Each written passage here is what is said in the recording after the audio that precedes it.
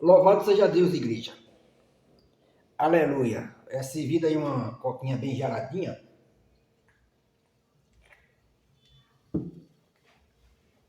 Louvado seja Deus. Amém. Mateus capítulo 10. Aqui fala a respeito dos 12 e a sua missão. Aqui no capítulo de número 10 de Mateus. Agora eu pergunto para todos nós juntos, no nosso dia a dia, nas nossas leituras, nas leituras dos nossos grandões, que prega para nós e diz que é usado por Deus, alguém está recebendo essa mensagem do capítulo 10 de Mateus? Aqui Jesus reúne os seus 12 discípulos e dá a missão para todos eles. Ele não deu missão separada para uns, uma missão mais e para outras uma missão menos. Ele deu uma missão igual para todo mundo. O que é que ele disse aqui? Vamos ler aqui no versículo 1 do capítulo 10 de Mateus. E chamando seus 12 discípulos, deu-lhe poder sobre os espíritos imundos para os expulsarem e para curarem toda a enfermidade e todo o mal. Versículo 2. Ora, os nomes dos 12 apóstolos são estes. O primeiro, Simão, chamado Pedro, e André, seu irmão, Tiago, filho de Zebedeu, e João, seu irmão. Versículo 3, Filipe, Bartolomeu, Tomé e Mateu, o publicano, Tiago, filho de Afeu, e Lebeu, apelidado Tadeu. Ok. Versículo 4, Simão, chamado Simão, Cananeu, e Judas Iscariote, aquele que o traiu. Recapitulando o versículo 4, Simão, Cananeu e Judas Iscariotes, aquele que o traiu. Versículo de número 5, Jesus enviou estes 12 e lhe ordenou, dizendo: não irei pelo caminho das gentes, nem entrarei em cidade samaritana. Versículo de número 6. Mas, em diante, as ovelhas perdidas da casa de Israel. Certo? Verso 7. E indo pregar e dizendo: é chegado o reino dos céus. Verso 8. Curai os enfermos, limpai os leprosos, ressuscitai os mortos, expulsai os demônios. De graça recebeste, de graça dai.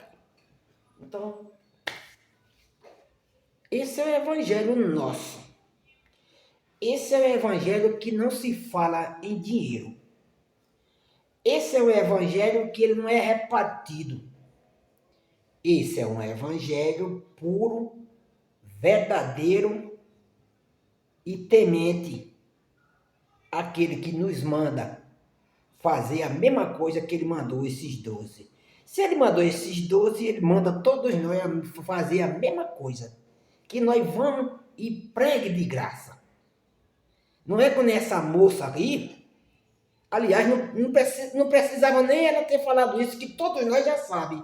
Eu que sou o mais bobo da história, sei que alguém não vai na igreja de outro de graça. Ele vai ter que ser pago. Ele não vai de graça. Antigamente, alguém ia na igreja do outro pregar a palavra, cantar um louvor. Aliás, né? O louvor de hoje nem precisa ir, porque todo mundo já canta de qualquer jeito música do mundo, então todo mundo, aqui embaixo tudo é aceito. Então é assim. Esse é o evangelho que não cobra. Não importa para onde você for. Tudo bem, pagar uma viagem para a pessoa ir até na igreja onde você fez o convite para aquela pessoa vir, Tudo bem, você pode pagar o transporte para ir buscar o pastor e levar ele.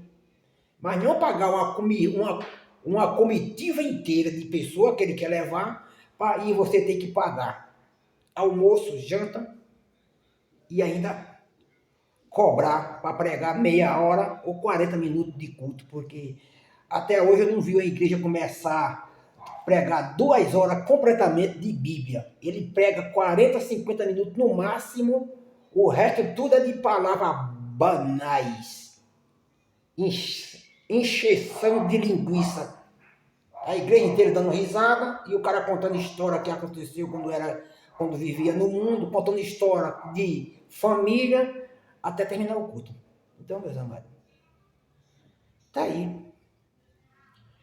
E de pregar o evangelho, de graça recebeste, de graça dais.